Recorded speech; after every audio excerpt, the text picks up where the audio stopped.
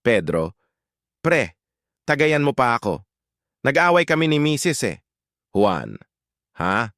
Sino nanalo? Pedro, sabihin na lang natin na ang huli kong salita eh. Tumigil ka na't nagdidilim na ang paningin ko. Juan, ha ha ha, bossing ka pala eh. Anong sabi niya? Pedro, di ko na alam. Nawalan na ako ng malay eh. Sakal-sakal kasi niya ako nung sinabi ko yung pre. Juan, mga pare, yung asawa ko, favorite movie niya yung Lord of the Rings, The Two Towers. At sakto, kambal ang anak namin. Santiago, wala ka sa asawa ko? Favorite niya yung The Three Musketeers at sakto, triplets ang anak namin. Nagtatawanan ang dalawa nang mapansin nila si Pedro.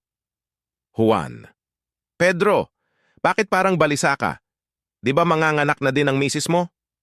Pedro, meron kasing favorite movie yung misis ko, kinakabahan ako. Santiago, anong movie ba yon?